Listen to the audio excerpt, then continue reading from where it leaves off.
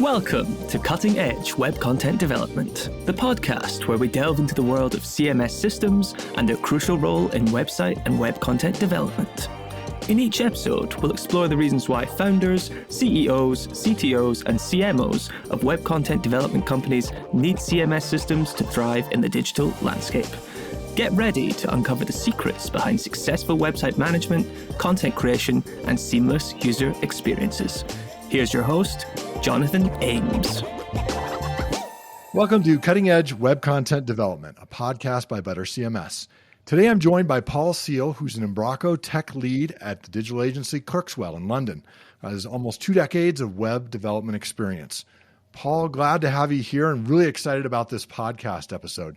Could you give us a little bit about your background? Yeah, thank you. Thanks for having me. I didn't start out doing web development. I didn't actually either go to university to get a degree like the traditional route. I started out working at a small production company where they're producing materials for big companies like Marks and Spencer and things like that. And whilst I was there, I was given the opportunity to go into the office because I always knew I wanted to do an office job. And it was the idea about making processes faster.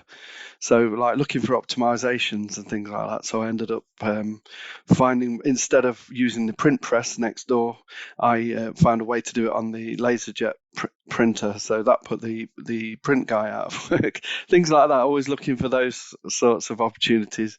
And after that, I went to a bank where I was initially in an admin role, but ended up going on the phones. But while I was on the phones, I'm looking at, how can we improve this? Looking at my spreadsheet knowledge, my Access database knowledge, those sorts of things. And the coding side of those programs, like with Visual Basic for applications, VBA, and I could do this. And so the managers and team leaders were coming to me, Paul, how would you do this? So from those sorts of things, those managers and team leaders, they were feeding into management information reports. So I ended up being pulled into that side of the business. And from there, I was fascinated with dynamic websites. It's all right having a website that's static, but I really want to. How do you do a dynamic website? Even just to get the date to display what the current date is now fascinated me at the time. I went through that route. I got made redundant from the bank at some point, and I retrained to do web development, which is what I always wanted to do. You talked about optimization and how that's kind of your passion.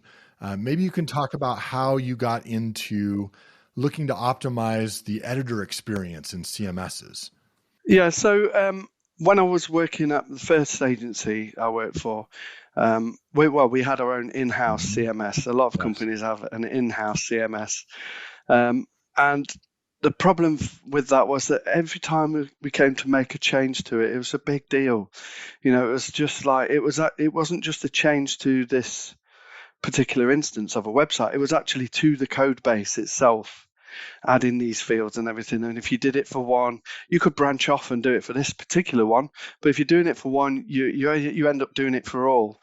And it was a big pain. So that was when we looked for a different CMS, and we looked and we found Umbraco, which is a open source one. It has a strong community about it, and there's the support around it. So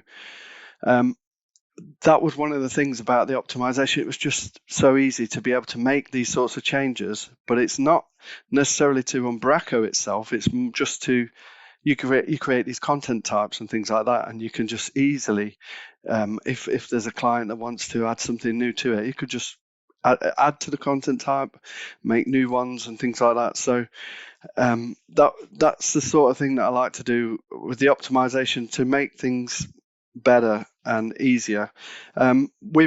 So there was a website on my last agency I worked for. They're an Umbraco Gold partner, and they've got a big insurance customer. And this customer has wanted it. They've got a new template design, but they've got an old website. And they know that there's better ways of doing things in Umbraco, but they're just left with this old one. So the approach that I took was to okay, we can build your website, we can build your template, and you can move your content into the new version, but without having to take anything down or anything like that. So we did it all in the development side of things and everything. But we created a block, the way things are, like with sections in HTML and things, we created a block editing approach, and that's where it's going with Umbraco at the moment, and probably other content management systems. It's just the block approach. So, and we added this block list. So we added it to the existing one, but you can't just stop showing the old template and show the new template, especially because they needed all the content in as well. So the idea was to actually create a query string so that when we got it through development and UAT and what have you, we got it onto live, but we had a query string so that while they were editing, they could take the content that was in all the old properties, put it into this new block list, which is just one field, but just multiple blocks added to it. And they can do that, but they view it with a query string that just said, I don't know, template version equals 2 or something, and they could see it themselves. And when the time was right, they could switch it over. So now they're using the nice new template. They've got a far better editing experience as well in Umbraco with the block list approach rather than individual fields. There's nothing worse that I hate with a field that's called content 1 and then content 2 and then, the numbered fields and things like that. Yeah, so we was able to transition them over to that. And so rather than having to do a big rebuild of a site, you can make these improvements to sites by adding these fields and things like that, and just slowly improving it for them without making a massive change to the site. Yeah, so you bring up something here, going into the strategy side of things. This is this idea of, a lot of the headless CMS use composable as, a way of saying these blocks, components. Yeah. The idea of these content pieces that you can rearrange and assemble as needed. So if you're planning the architecture of a site and you want to switch, you're like, okay, this sounds really good to have these little blocks and stuff in place. How do you prioritize the needs of these content editors in that design process to make this possible? So normally when we are working on a new site for a client, or we take on a new client, or they have an existing site and maybe they want to migrate to a newer version. Like we do Sitecore as well. So maybe they're going from Sitecore to Umbraco and things. So we go through the requirement, a business analyst will go through the requirements of what they want to get out of the site. And we'll do wireframes and functional specs. So at that point, we're just thinking, what's the output going to be? But also they've come back and check with us as developers and who work with the CMS, like, are these things possible? What we want to output on there, is it going to be possible? And actually, what would the editing experience be like for a thing like this?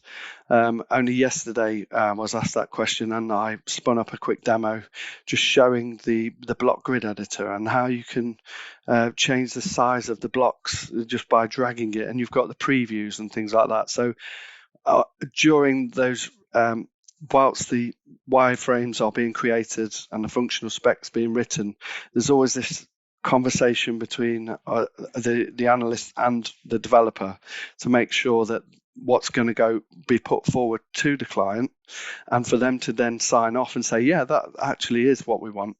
There's always that constant feedback and checking loop there. And the same with the design. It gets sent over to the designer, and then it comes back through to developer as well to say, actually, is this possible? What they're saying here with all this parallax and all of these things, and can you make it do that? Is it going to be too complicated? And so we're always looking at that and just making sure that what we will end up delivering to the client is still what they wanted. And possible. That is a key point, is being able to have at the strategic level, both your code level and your creative people come together. Hey, this is what we want. This is what the code can produce. Yes, this is possible. And then make sure that there's that balance between priorities, because obviously, maybe it is possible in the code to do what you're wanting to do, but it will have some unintended consequences. Like maybe your page load speed is now really slow because of that beautiful effect that you have. Possible, but maybe not desirable. So when you're thinking now in this process of going to components, to these blocks, how do you take an existing site strategically and say, here's how we transition it from this page structure to components, to blocks that could be reused. I know a lot of the technical writers already get this because they use this in their planning. They think of their technical writing as little blocks that can be reassembled into different locations. But not a lot of marketers may have experience with this kind of thinking as far as content. I think the example that I gave you there before, where we took it from this old approach, with just fields and rich text editors and things like that, and then we made it into a block approach. I think part of it is actually having something to demo to the client and getting their buy-in, getting them to see the benefits of it. Being able to, there's something so valuable about being able to spin up a demo, talk the client through it, find out what, like you mentioned this earlier in previous conversations, we can achieve that with one of these.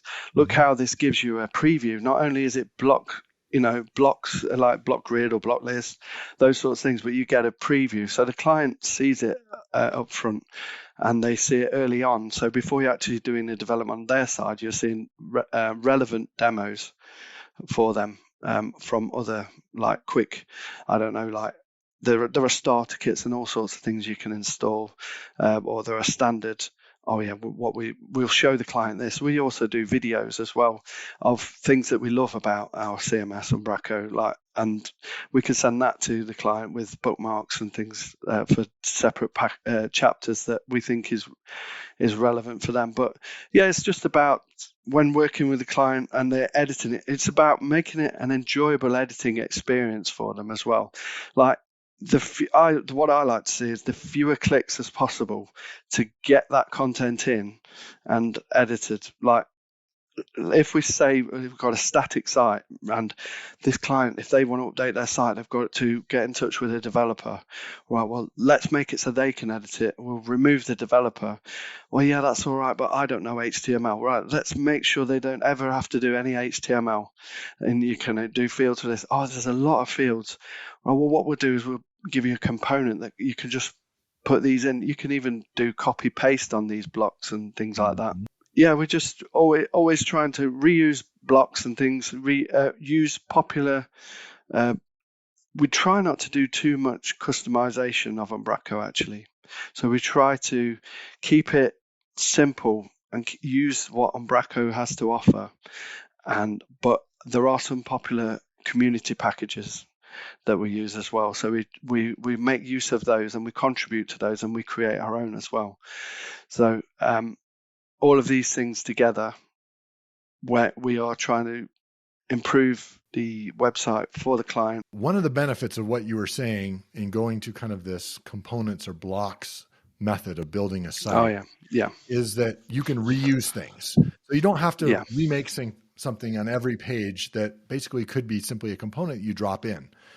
The other speed advantage there is that you could say, all right, if it is universal, and I want to make a change, and this component is on 20 pages or 200 pages, I make the change in the component, and now it goes global to all 200 pages. I don't have to go into every page and change it in every instance.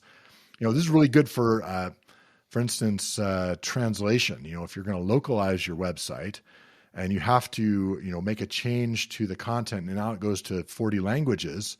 If it's a component, very easy to make the change in that one component and then have it localized to all those languages, any place that component is located. Yeah, exactly. That is the big thing, isn't it? It's like when you can.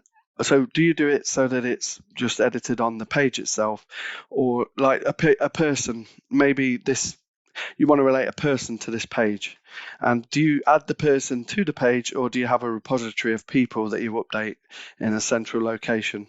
And so when I make the relation, do I make the relation from the person itself and say, I want to show this on these pages, I want it to be on the about page, I want it to be on this particular article, or do you go into the articles themselves and point back to the person? But then, are you doing too many journeys, like clicking around as an editor? All right, I want that person, but I want them on all these pages. I know the pages I want them on. I have to go into each page to then relate it back and do 5 different saves rather than on the individual person. I could have just picked those 5 pages from it, and done one save. So there's those sorts of decisions to be made, and maybe you could make that decision, or you could ask the client which they prefer. But at the end of the day, the main thing is that you're thinking about these things. You're thinking about the best way for the client, the fewer clicks, the most enjoyable experience for the editing side. I remember when on my first agency that I moved to, and when we first started working with Umbraco, we built one of our first Umbraco sites, and our MD was interested in how it was going, and he wanted to click around in Umbraco and start editing some of the site for the customer. And he actually really got into it because of he'd used our in-house CMS before, and he knew how sluggish and clunky that was. So to be able to use, this modern CMS that it could click around and it could edit it, he actually did loads of the content editing himself because he was actually enjoying it, and he was the MD. He didn't need to touch it at all. That kind of ease of use, really super important, not just from the enjoyability of the particular editor, but also just from a productivity standpoint. I mean, if you enjoy it, you're going to adopt more of the features. If it's quick, you're going to produce your content and deliver it faster. I mean, just the idea of components we were talking about is that item of information on 5 separate pages where you have to go into each of the 5 to make a change, or is it in one spot that then delivers to those 5? That's a fifth of the production time, So as an operations person, you think about that and you're like, wow, that's a huge saving. So building in components could make it faster for marketing to deliver things. You need less people to do more items. So just from a business standpoint, it makes a lot of sense too. But let me ask you the next question. You mentioned earlier about this idea of sticking with kind of the base version and not going to a lot of customizations. How do you find that balance between offering these powerful customization options and maintaining that user-friendly interface? So the main thing is it's about long-term support for me. So if we were to make a choice for using a third-party package, first of all, how hard would that be for us to create that ourselves? Who is the creator of the package, and how long have they been doing this for? And are they still going to be around? And do they have a roadmap for this going forward? Like, do they plan to go with us for the length of what we see this site going? So we think of all those things. But if you find that really, if you try your best to stick to the basics of what is in this CMS, then when it does come to the upgrades, it's a lot easier because the upgrades are built based on what this CMS offers. So those migrations, there's been quite a lot of upgrades lately from different versions of Umbraco. It went from .NET Framework to .NET Core and things. So what you find is that third-party package developers drop off at that point. Oh, I'm not doing the .NET Core version of that. And if they do, they might create it in a totally different way and not create a way to migrate that for you. So it's just about choosing the right ones. But also what I'd like to do is I create packages and customizations myself. So if this doesn't exist, or if this user does drop off, can I support this? Can I hop in and make sure that I can support the features that we're using on this? And for me, it's just about keep it as simple as possible, but as useful as possible. And when you do need to use a third-party package, as long as it's not something that you could just write yourself anyway, you may as well bring that into the code base. Or if it's MIT license, that's one of the big things as well, checking the licensing on these other third-party packages. But yeah, if it's MIT, you could, in theory, bring that into your project yourself and just you support that going forward. But yeah, all those things we consider. So in your view, what makes a good CMS editor experience? What's the difference between a good experience and maybe it's just an average one? Is it that simplicity? I think it's keeping it simple. I like a good experience for me is to have a preview as well. So to actually be able to see what you're building, it doesn't have to be exactly the same as what it's going to look like on the site, but if you can get some sort of preview, and there are customizations, I know with Umbraco, where you can just have like a preview package added, and now you see what they would see on the front end. Being able to see what you're editing and how it's going to look, I think that makes a good editing experience.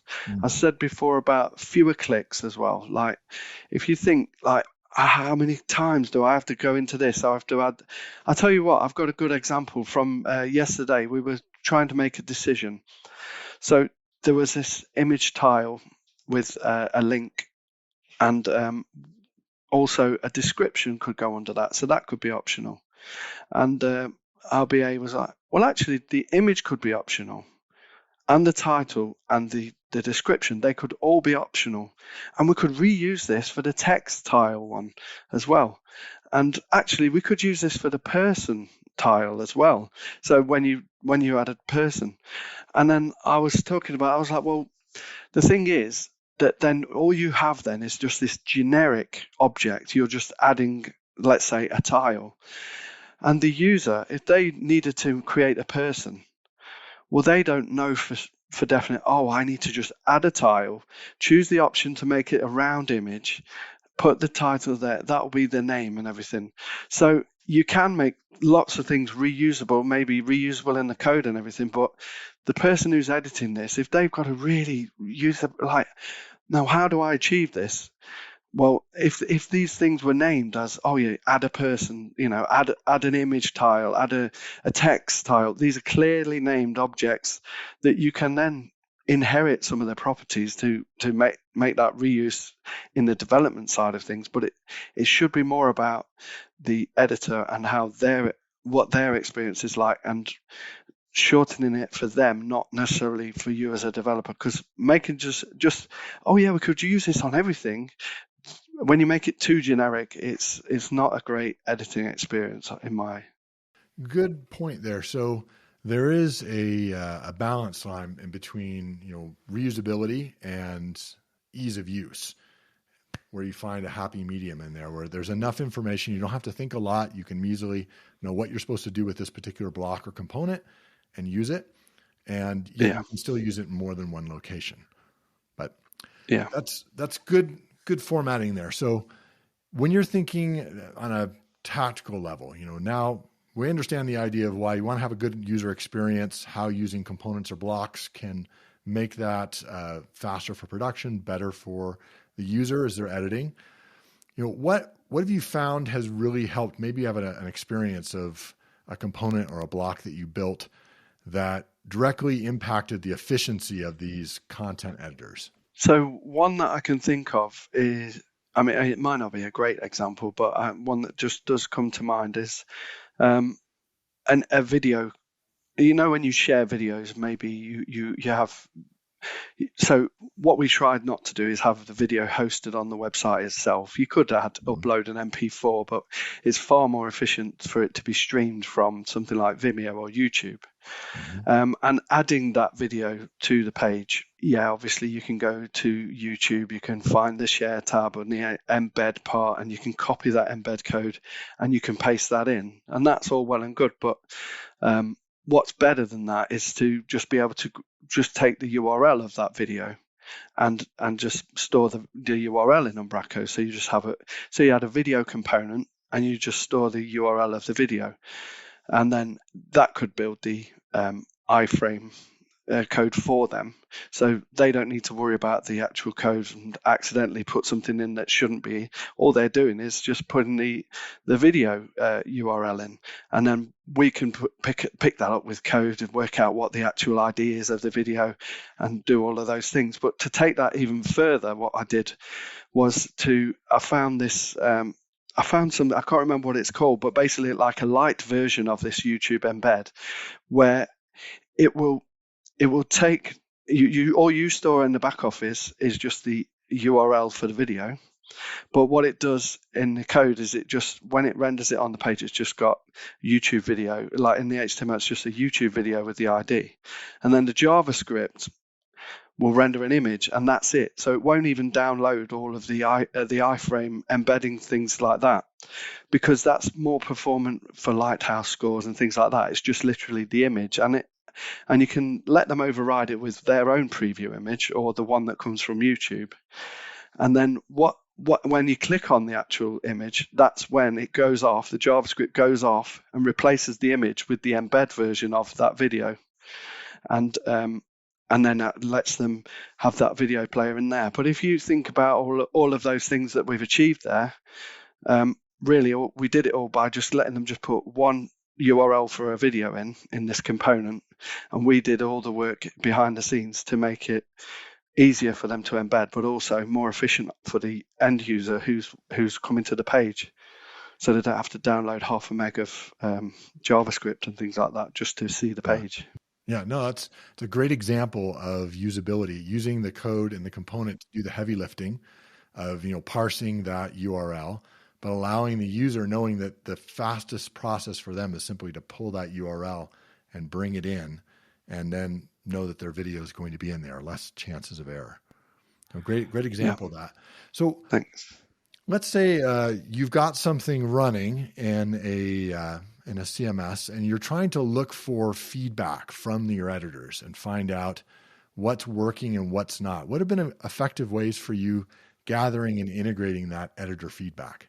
One thing that I do like to do, and that is face-to-face and actually seeing someone using the CMS.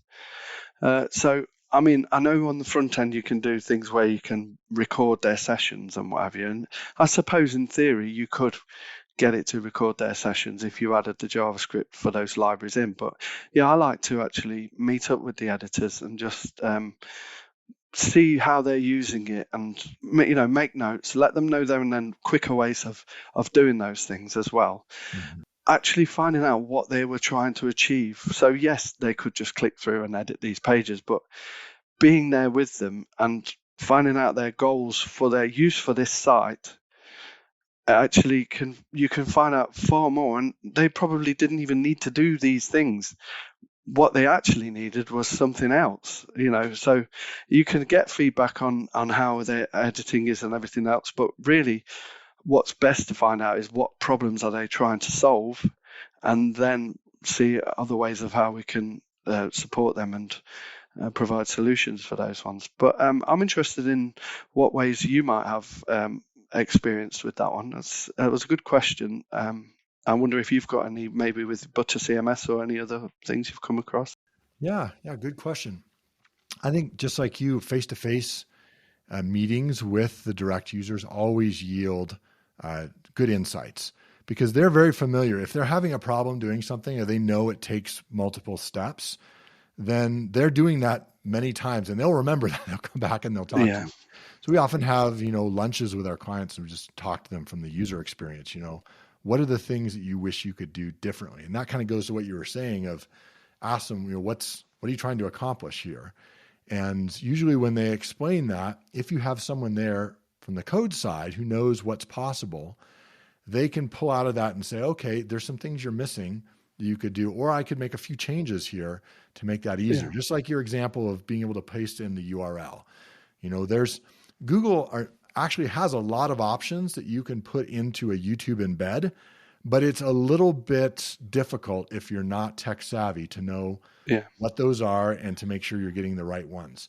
Whereas, someone who is tech savvy can build that into the code side of things and simply take that URL and then from there say, all right, here I can make this in a better interface than what YouTube has provided to allow the user to select, do you want to have, the controls at the bottom, common thing. Do you want this to automatically break into chapters or go to another video at the end of this? There's a lot of those little options. And sometimes it is helpful to go to them, we found, and show them, hey, here's some things you could do with this component. And like you said, in a demo environment, you show it off and it sparks people's imagination. They say, oh, could I also use this for this use case? Well, yes, you could. And they don't know what they don't know as a user. They know what problems they run into. So if you're wanting to fix problems, usually an in-person is the best. But if you're wanting to help them be more efficient overall, you almost have to show them what's possible and then have them pick out what they want. Yeah. So we've done that generally in a webinar. So it's like in a webinar environment, we'll show, hey, here's some things you can do with these components. And then people will say, and then they'll ask in the comments, could you use it for this? So that's what's worked best for us. Yeah. So switching from the idea of gathering this feedback, how do you tell when you're successful? What are the metrics that you use to say, now we have optimized it to the point where our editors are efficient, they're enjoying the experience, they're able to create the things they want? How do you know when you're there? Yeah, that's a good question. I think I remember when I worked at the bank, one of the best phrases was, if you don't measure it, you can't manage it. So if you think about that all the time, really what you need to be doing is measuring it beforehand, don't you? So seeing how long it takes people to edit a page beforehand, or maybe how many editors it takes to do this, to achieve what they need to do on the site. So if you gather that data beforehand, you can then gather the same data after and see if there's a reduction in that as well. You could do surveys to ask, how they feel the editing experience is going now on the site since the update. But regular check-ins with the client as well. We have client calls, and just account managers will have a calls and find out how it's going as well. But yes, I suppose measuring it is the main thing, and then having the calls to check in with the client to see what they feel on a regular basis, I would say. But rather than just talking to the person who is the liaison, I think it's still better to speak to the editors themselves, because they can't speak for everyone. One thing that I did at my previous agency was actual training sessions on the CMS. So once we deliver the new version of the CMS, or they've gone from Sitecore to Umbraco, or from Butter to Umbraco, it's good to actually give them a training session on how to use Umbraco in this new version, and just go through some of the basics, give people a chance to speak up, because you could deliver this, but actually they will go away and some of them won't know. It's not always intuitive to everyone.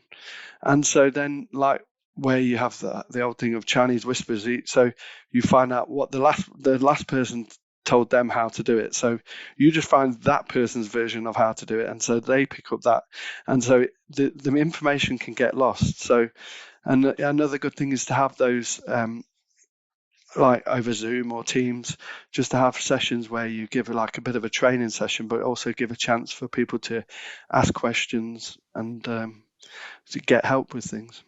Yeah, that's a great example. Training, especially in the onboarding process, where you have them kind of malleable and able to take in new ideas and new ways of doing things. If you can show that up front, maybe collect some of that feedback in that initial onboarding training of, hey, here's a point where they stumbled or it didn't seem intuitive. You could then go back and fix that right away. Sorry to interrupt, but I like to search for videos. So I search for Umbraco videos, just so I can stay up to date. And I came across a video, and it was someone who recorded their screen and their microphone, and they're clicking around and they're desperately trying to edit their page. And I don't think it was meant to be a public video. It was meant to go to their developer or whoever developed the site for them. And he's like, right, I'm just clicking on this now. I'm trying to add this to the page. Is it this? And they're clicking on all these sorts of things, and they just don't know what it is that they're supposed to do. How are they achieving it? And I'm looking at it screaming, oh, it's going to be this. It's going to be this. Obviously, I can't tell them, but it's just interesting to see how this person is struggling with that particular implementation of the site for them. And just by speaking to them directly, you can help them. And not everyone, if you can train a good way of using that CMS when you've delivered it, this is really efficient. But if you don't know the efficiencies, then you could just be doing things the wrong way or the slow way. One of the places that I found great feedback too, you'd asked this earlier, where do we get feedback? I like to go to look at the reviews on G2 or other places where they talk about the software experience. And I typically will look for the top level reviews and the bottom. So people who really love it or really hate it. And I'll look at why do they really love it, or why did they say they really hated it? Those are the pain points that come from the users, the editors. And they're saying, it's either really slow, like the back and forth. When I update something, I got to wait for, several seconds or minutes before it updates. And, so there's a pain point of like the speed from the server, the latency that's going on. Somebody else might say, I really want to be able to do this, but you can't do it. So I have to use this workaround, so it's looking for those kind of things. And, we look at it for our own system for Butter. We also look at it on competitors and say, all right, there's a pain point they're having. Maybe we can, address that better in our next release. Yeah. So those kind of things that really, it's just like you said, it's looking in over the shoulder of those users and seeing how they're doing it, what they're having problems with that really can help with some of those usability fixes. Yeah. Well, let me ask you, Paul, from just professional standpoint, if you could go back in time, and I ask this of all my guests, if you could go back in time and talk to yourself at the very beginning of your career, what advice would you give yourself? It's interesting you say that because what I started to do, I'd say my career within web development, I would say. But what I started to do, once I actually got got an understanding of how to do things in Umbraco or particular coding things, I decided to start creating YouTube tutorials for me. Like, what would I have wanted to know? How, because sometimes there's a real steep learning curve with these technologies, and especially for developing Umbraco. When I started doing Umbraco, there was a real steep learning curve for me. So I wanted to help old me. So anyone coming in, I wanted to help them. So I started creating YouTube tutorials just to help them, guide them through those all of the obstacles that they might get to, and give them a nice introduction, like a happy path through on how you can do these things and get them to enjoy developing in it, and just give them the bug for it and say that, oh, I want to do some more. And I don't go into too much detail or too technical or too far down, because I feel like you should, once you get the basics and things, you'll go off and discover those things yourself, and you'll join in with the forums and the Discord channels and things. So what I would tell myself is, so that's what I was wanting to tell myself, is by creating tutorials. And I would tell myself to blog earlier. So what I like to do is I like to create blog posts of when I've had pain points, when something's really taken so much time.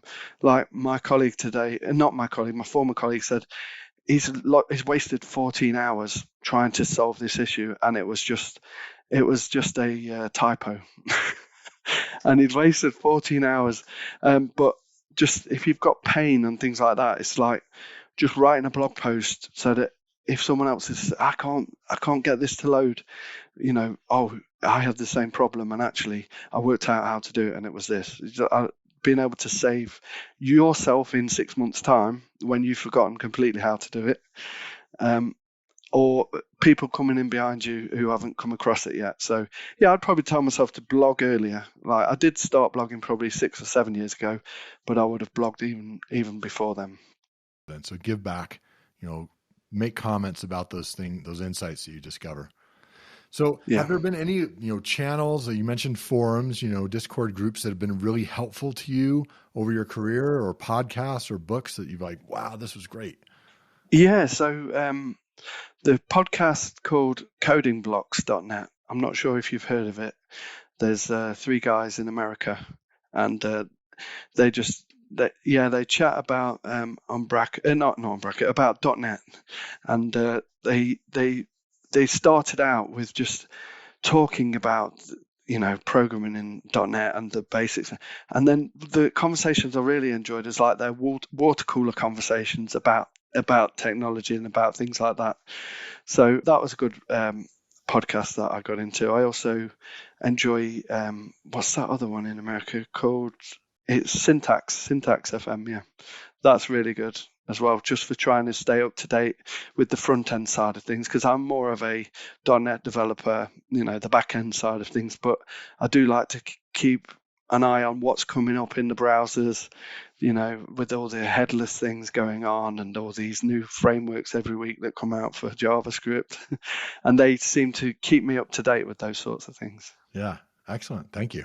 Well, tell us a little bit about ClerksWell. I mean, ClerksWell is a digital agency. Give us a little feel for what makes ClerksWell different and kind of who you work best with. Yeah. So we are a digital agency. We primarily serve clients in the professional, membership, financial, and public sectors. And yeah, we pride ourselves in understanding pain points and business goals, and we have long-term relationships with clients as well. We're not the sort of company that will just deliver a project and then move on, sort of thing. We want to build a relationship. We want to help you achieve this big migration or, moving from one CMS to the other or whatever, achieve those goals there. But also we want to help you going forward long term. So we will suggest things for you. We have retainers and things. So along the way, we will try and suggest improvements, or we'll do, like you said, webinars and invite our clients to see the new features on the CMSs that we work with as well. But yeah, we're Umbraco Gold partners, we're Sitecore Silver partners, and Microsoft Gold partners as well. And yeah, we just love. We actually went to a MemberWise conference a couple of weeks ago, and it was the first time I went to a conference where I was, on the stands in the hall where everyone goes around seeing all the people exhibiting, and I really enjoyed actually just speaking to people that were attending the conference. I wasn't actually in the talks, but just having a conversation with them about, are they enjoying the talk, and what parts of the talks, which talks were good for them, and what pain points did it speak to, like how is that going to help them? So I'm learning more about, even if these aren't clients of ours yet, I'm just learning about those types, because these are our types of clients and what pain points our types of clients have. Like you said with the G2, it's just good to get that knowledge of those. So yeah, I really enjoyed that conference, and yeah, we're going to do more of those as well. Well, so if somebody wants to get in contact with you, are there some conferences you're going to be exhibiting at in the future, or maybe let us know your website so how people can connect with you? So you can, if you want to get in touch with ClerksWell to work with us, it's hello@clerkswell.com. That's ClerksWell, ClerksWell. Our website, obviously, ClerksWell. If you want to get in touch with me, my website is codeshare.co.uk, and I've got some links at the bottom for my socials. Excellent. And will there be a show that you're going to be at in the near future? I will hopefully go to Umbraco Spark in March, and I think there'll be another MemberWise conference. So for the big membership people with big membership sites, so we'll be trying to go to all of those MemberWise conferences in London as well. Excellent. Well, thank you so much, Paul. Really appreciate your insights and talking for and speaking up for the content editors out there. Really appreciate that. No problem. Thanks for inviting me. Cutting Edge Web Content Development is brought to you by ButterCMS. To find out how you can build better with Butter, stop wasting dev time, and free your marketers from your legacy CMS, visit ButterCMS.com. Also, make sure to search for Cutting Edge Web Content Development in Apple Podcasts, Spotify, and Google Podcasts, or anywhere else podcasts are found. Make sure to click subscribe so you don't miss any future episodes. On behalf of the team here at ButterCMS, thank you for listening.